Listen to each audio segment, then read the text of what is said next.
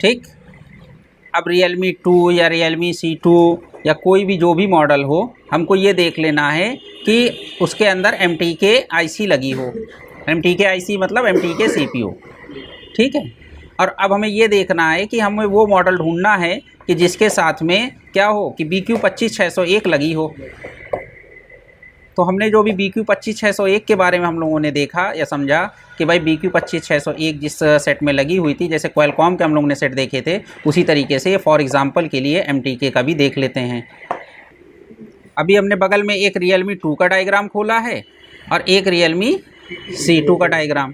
तो अभी Realme C2 का डायग्राम में हमको ऊपर ही दिख गई कि MT6765 लगी हुई है।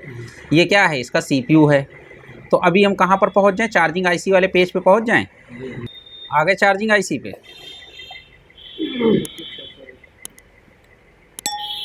BQ25601 लगी है कि नहीं लगी है? लगी है। यही कल हम लोगों ने देखा था MI4A 5A Redmi Go, उनमें भी लगी थी। तो अब हमें मॉडल नंबर देखने की ज़रूरत है क्या? हमको ये देखने की ज़रूरत है कि उस सेट में IC कौन सी लगी है। कस्टमर चाहे इन्फिनिक्स ले आए, चाहे ओप्पो ले आए, चाहे वीवो ले आए। तो अभी तो हम लोग ने एक IC देखी है, तो केवल अभी इसी IC के बारे में, बाकी जब हम अदर ICओं को भी देख लेंगे तो फिर हमको मॉडल नंबर देखने की ज़रूरत नहीं है कि किस कंपनी का मोबाइल है। हम सिर्फ ये देख लेंगे कि साहब उसमें IC कौन सी लगी है, बाकी हम आइडिया लगा के अपना काम कर लेंगे। अब अगर ये BQ25601 लगी हुई है तो पहली चीज़ कल हम लोगों ने देखी थी, इससे पहले भी 2-3 दिन में देख चुके हैं कि 1 नंबर और 24 नंबर पिन पे वोल्टेज आते हैं कि नहीं आते हैं? आते हैं। साथ में क्या होता है कि उसके अंदर एक MID या PMID आपको नाम मिल ही जाएगा। इसमें मिल रहा है, कहीं पर मिल रहा है? 23 नंबर पिन पे दिखाई पड़ रहा भाई। ये देख लो, MID पिन हो गई, कैपेसिटर लगा हुआ है, यहाँ पे वोल्टेज चेक हो जाएगा कि नहीं हो जाएगा? अभी दिखा आपको? ठीक। एक आपकी रीज़न पिन हो गई। इसके बारे में भी हमने आपको बताया कि इसमें आउटपुट में आपको 5 वोल्ट की रेगुलेटेड सप्लाई मिलेगी। तो ये वोल्टेज यहाँ से निकले, ये कैपेसिटर पे गए, तो आप चाहें तो इस कैपेसिटर पे चेक कर सकते हैं, ठीक है। और बाकी आपका ये रीज़न पिन का ये नाम ये हो गया। अभी और कहाँ जा रहा है वो भी हम लोग देख लेंगे। अभी उसके बाद में हम लोगों ने क्या देखा कि भाई हमारे जब ये चार्जिंग IC काम करेगी तो उसको स्विचिंग होगी। तो स्विचिंग होने के बाद कॉइल से वोल्टेज निकलते हैं, ये हमको एक बेसिक बात मालूम ही है। और जो वोल्टेज निकलते हैं अगर MTK सेट होगा तो उसका नाम क्या हो जाएगा? V सिस्टम हो जाएगा। तो ये V सिस्टम नाम हो गया।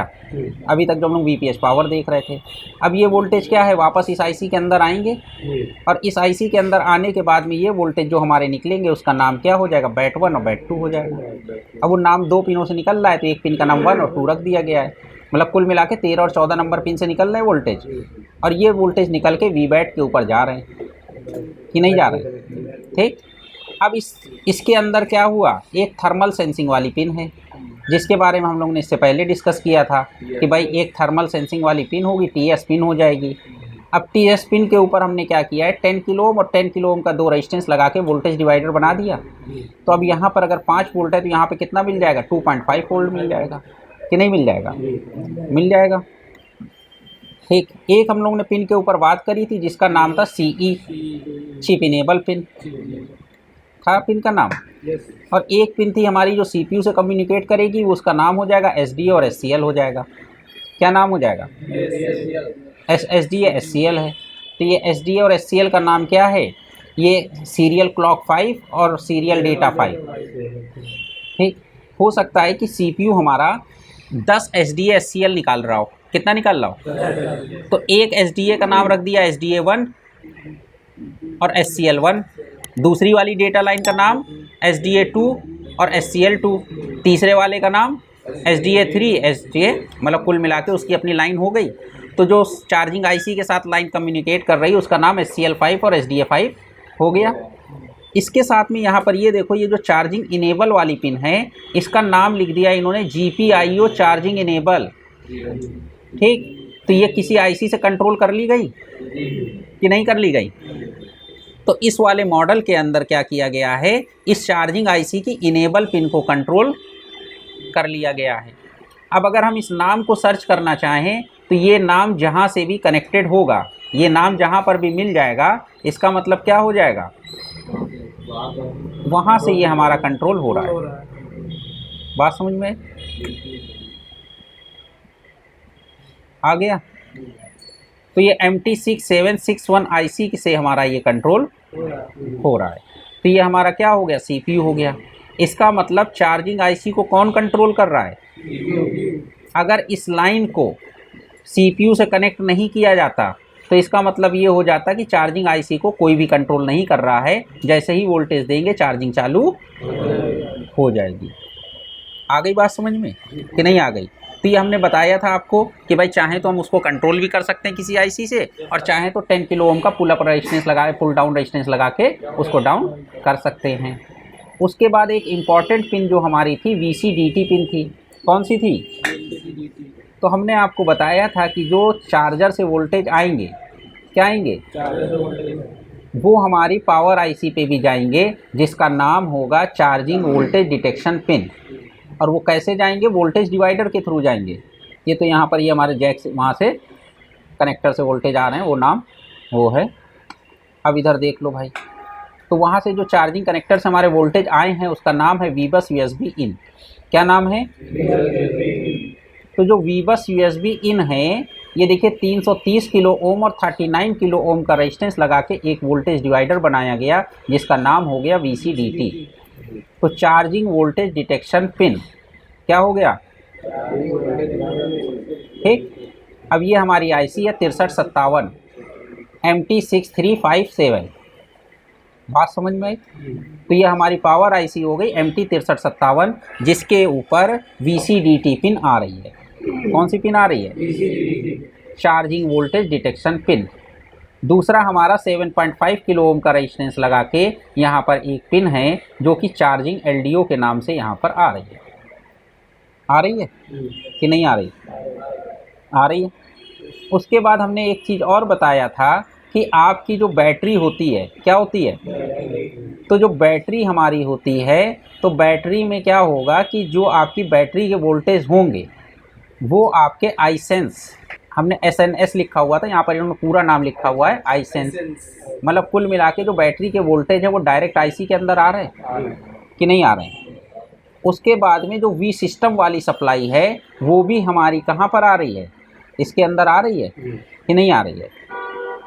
आ रही भाई, नहीं आ रही? आ रही है। तो यहाँ V सिस्टम लिखा हुआ है, यहाँ पर भी V सिस्टम लिखा हो, मतलब कुल मिला के ये सारे वोल्टेज यहाँ पर आ रहे हैं। अब अगर हम इस V बैट को सर्च करें तो हम बैटरी के ऊपर पहुँच जाएंगे। कहाँ पहुँच जाएंगे? अभी ये हमारी क्या पिन हो गई? ये बैटरी की पॉजिटिव पिन हो गई। ये बैटरी कनेक्टर कुछ इस तरीके का कंपनी ने बना दिया कि नहीं बना दिया? अब इसके अंदर ये बैटरी की एक पॉजिटिव पिन होगी, एक थर्मल पिन होगी और एक ID पिन हो जाएगी और एक ग्राउंड पिन हो जाएगी कि नहीं हो जाएगी? हो जाएगी। तो अब अगर हम देखें तो लेफ़्ट और राइट दोनों साइड में देख सकते हैं कि थर्मल और ID वाली पिन कौन सी है। तो अभी हमने ये वाली लाइन देखा तो ये तो पॉजिटिव लाइन हो गई। ठीक। अगर हम इस लाइन को देखें, एक लाइन ये है, तो इस लाइन के ऊपर ये देखिए टेस्ट पॉइंट बना हुआ है, यहाँ पर T रेफरेंस PMU करके लिखा हुआ है, लिखा है। तो इसका मतलब ये थर्मल वाली लाइन का वोल्टेज यहाँ पर आ रहा होगा जो कि हमारी आईसी ने बनाया होगा। ठीक। और ये वोल्टेज यहाँ पर आएंगे और ये कितने किलो ओम का रेजिस्टेंस है? 16.9 किलो ओम का रेजिस्टेंस है। और ये वोल्टेज कहाँ पर जा रहे हैं? इसकी थर्मल लाइन के ऊपर जा रहे हैं। कहाँ जा रहे हैं? तो थर्मल वाली पिन के ऊपर जाएंगे और जब यहाँ पर ये वोल्टेज यहाँ पर और यहाँ पर और ये इसके अंदर लगा होगा रेजिस्टेंस, तो ये पॉइंट क्या बन जाएगा? वोल्टेज डिवाइडर बन जाएगा। जैसे ही अंदर वाला जो NTC है, यानी जैसे बैटरी गर्म होगी इस पॉइंट के वोल्टेज कम होते जाएंगे, और जो वोल्टेज हमारे कम होते जाएंगे ये वोल्टेज हमारे कहाँ पहुँच रहे हैं? पावर आईसी पे पहुँचेंगे। इसका नाम क्या लिखा है? Bat on. तो जो ये वोल्टेज पहुँच रहे हैं थर्मल लाइन वाले, इसका नाम कंपनी ने क्या लिख दिया? बैट ऑन लिख दिया। ठीक। अब ये बैट ऑन कहाँ आया? आ गया पावर आईसी के अंदर।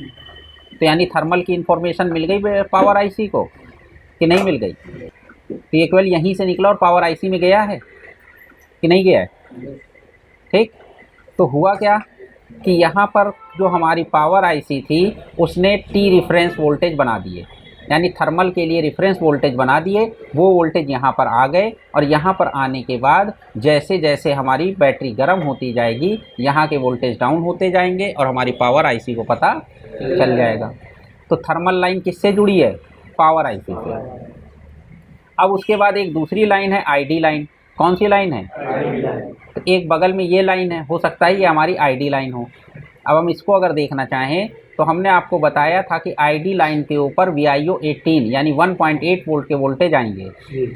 तो यहाँ पर देखो 10 किलो ओम का रेजिस्टेंस है और ये दूसरा क्या है 56 किलो ओम का रेजिस्टेंस है, नहीं है? तो ये रेजिस्टेंस मिलके वोल्टेज डिवाइडर बन जाएंगे कि नहीं बन जाएंगे? और ये वोल्टेज हमारे यहाँ पर कहाँ आ गए? आईडी पिन पे आ गए। अब यहाँ पर जो ये आईडी पिन के वोल्टेज हैं ये हमारे ये वापस निकल के कहाँ जाएंगे? यहाँ पे ऑक्सिलरी IN2 बैटरी आईडी है। अब हम ये देख लें ये कहाँ पर जा रहा है। अब इस आईसी का नंबर क्या है? MT6761। ये हमारा CPU हो गया।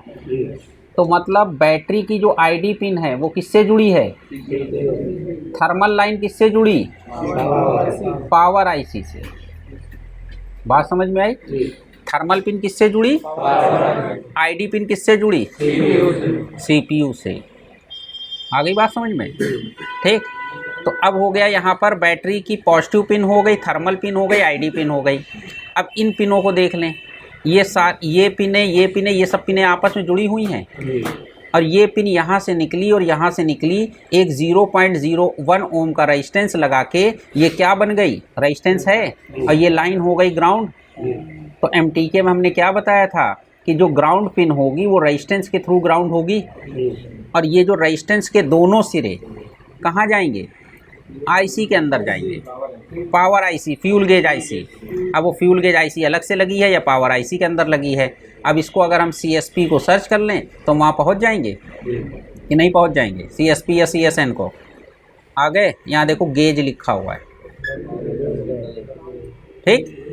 तो अब ये क्या है कि ये आईसी कौन सी है हमारी, वो हम देख लें।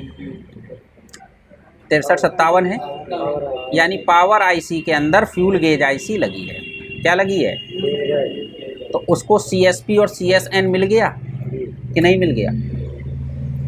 आई बात समझ में भाई? यही आपको बताया है, कुछ और बताया? तो ये जो हमारा बैटरी कनेक्टर था, बैटरी कनेक्टर के अंदर यहाँ पर पॉजिटिव पिन, अब देखो ये 2 पिनें हैं और साथ में ये इतनी सारी पिनें, ये सब क्या हैं? पॉजिटिव हो गई। ये पिनें और ये पिनें नेगेटिव हो गई कि नहीं हो गई? और ये हमारी थर्मल और आईडी की पिन हो गई। बात ख़त्म हो गई। और कोई पिनें बची? तो हमारी BQ25601 ये हमारी MTK में इस तरीके से काम कर रही है। बात समझ में? बाकी क्वालकॉम हमने आपको समझा चुके हैं। एक बार क्वालकॉम के थोड़ा सा डायग्राम और अच्छे से बनाने की कोशिश करिएगा तो MTK और क्वालकॉम दोनों की बातें आपके दिमाग में बस जाएंगी कि कैसे काम करता है। फिर सेट आपको कोई भी हो, आपको अपने दिमाग में इसी लॉजिक को रख के सर्किट डायग्राम या खोलने की ज़रूरत नहीं है। और बाकी अगर है सर्किट डायग्राम तो खोल लीजिए तो जल्दी काम हो जाएगा। लेकिन एक मोटा मोटा आइडिया मिल गया किस पिन का क्या काम है, क्या काम नहीं है, भले वो सेट कोई भी हो। भाई इनेबल पिन है, कंट्रोल वाली पिन है। अब हो सकता है कि उसको कोई आईसी कंट्रोल कर रही हो या नहीं भी कर रही हो, वो तो जिसने सर्किट बनाया उसने डिसाइड किया कि भाई इसको इसकी कंट्रोलिंग CPU के पास दें या ना दें। बात समझ में आई? आ गई?